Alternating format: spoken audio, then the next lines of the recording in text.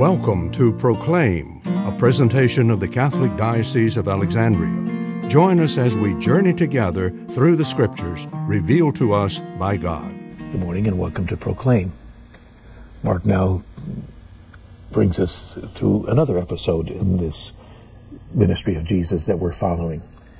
It says, again, he left the district of Tyre and went by way of Sidon to the Sea of Galilee into the district of the Decapolis. Once again, if you look on a map of where those cities were at that time, it's not a very logical description, but what Mark seems to be setting up is not a geography lesson, but basically showing the transition from where Jesus was to where he will soon be. So, and people brought to him a deaf man who had a speech impediment and begged him to lay his hands on him.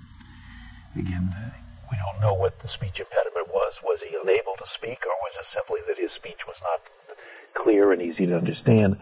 But it's, once again, someone who is not coming out of Jewish tradition, and therefore we find another episode in which Jesus is outside of what would be his normal ministry area.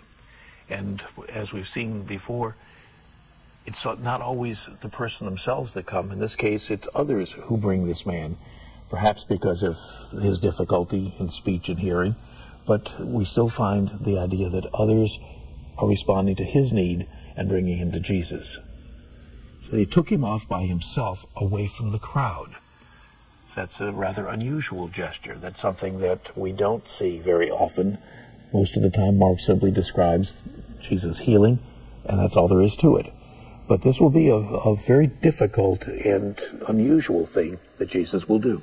This program was brought to you by Antoon Enterprises.